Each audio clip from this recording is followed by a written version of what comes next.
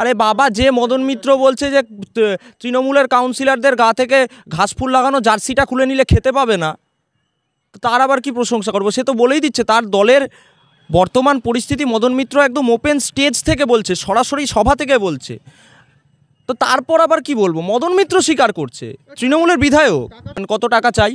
আমার মনে হয় ইডি কিংবা সিবিআই এর মদন মিত্রকে ডাকা উচিত, ওনার যা সম্পত্তির খতিয়ান সেটা ভালো করে দেখা উচিত। কারণ মদনদার এত টাকা, এখনও অবধি তো আমি কাউকে শুনিনি কেউ এই মন্তব্য করেছে। তো মদন মিত্র একমাত্র বলেছে, তার মানে মদন মিত্রর ঘরে কত টাকা থাকতে পারলে উনি এই কথা বলতে পারেন? দেখুন, মমতা বন্দ্যোপাধ্যায় তো রেট চার্ট ফিক্স করে দেয়। বাবলা সরকার খুনের পেছনে রেট চার্ট, নিজের দলের সহকর্মী। তারপরে একজন ধর্ষিতা হলো, তার রেট চার্ট। আমরা রাজ্যে একাধিক ধর্ষণের রেট চার্ট দেখতে পেয়েছি। তো তাহলে আপনি যদি কোনো ধর্ষণকে রেট চার্ট দিয়ে মমতা বন্দ্যোপাধ্যায়ের কাছ থেকে জাস্টিফিকেশান শোনেন, তার মানে সেটা লেজিটিমেট ফ্যাক্ট তৃণমূল কংগ্রেসের। ধর্ষণকে তারা রেট চার্টের মধ্যেই রাখে, তার বিচার তো হয় না। তাহলে আপনি দেখতে পাচ্ছেন একাধিক যারা রেপ ভিকটিমের রেপের অ্যাকিউজ, তাদের আপনি ফাঁসি কাটে দেখতে পারতেন। কজনকে ফাঁসি কাটে দেখেছেন মমতা ব্যানার্জির আমলে? ফাঁসির সাজা করেই কী হবে? লোয়ার কোর্টে ফাঁসির সাজা হবে, হাইকোর্টে গিয়ে কামদুনির মতো বেকসুর খালাস হয়ে যাবে। কি করতে পেরেছে মমতা বন্দ্যোপাধ্যায়? আপনি বলুন আমায়। আপনি যখন আমায় প্রশ্ন করছেন, আপনাকে তো সেই উত্তরটা নিতে হবে। তো আপনি আমায় বলুন কজন, না কজনকে ফাঁসি কাটে? ফারাক্কায় কি মমতা বন্দ্যোপাধ্যায় করিয়েছে নাকি? মমতা বন্দ্যোপাধ্যায় করেছে? উদাহরণ তিনি দিতেই পারেন। উদাহরণ দিয়ে কি হবে? অ্যাকিউজড হিসেবে সবথেকে বড় ধর্ষণের অ্যাকিউজ তৃণমূলের নেতা ছিল শেখ শাহজাহান। তার বিরুদ্ধে কি পদক্ষেপ নিয়েছিল মুখ্যমন্ত্রীর দল? ভিক্টরি সাইন দেখাতে দেখাতে পুলিশের পাশ দিয়ে শাহজাহান হাঁটছে। কি করেছিল? উত্তম সর্দারদের কি করেছিল?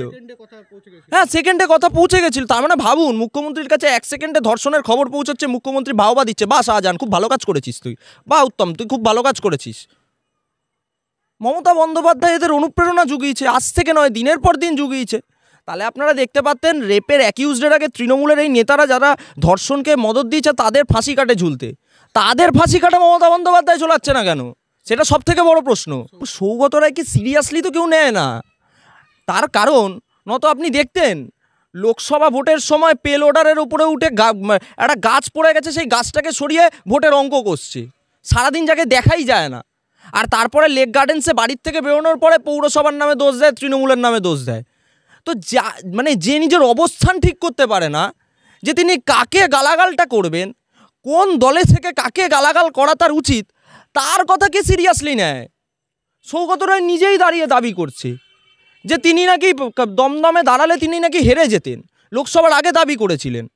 মাইনরিটি মুসলমান ভোট ছিল বলে জিতে গেলেন, সেটা মদন মিত্রও আবার বলেছেন, আপনি দেখতে পেয়েছেন। মদন মিত্র বলবে না তো কে বলবে? আর মদন মিত্রকে দলে কে সিরিয়াসলি নেয়? মদন মিত্রকে আপনি দেখতে পারবেন কোনো নারী সঙ্গের হচ্ছে, কোনো প্রোগ্রাম হচ্ছে, সেই স্টেজে মদনদাকে দেখতে পারবেন। ঘাসফুল লাগানো কোনো ব্যানারের সামনে মদনদাকে আপনি খুব একটা দেখতে পারবেন না।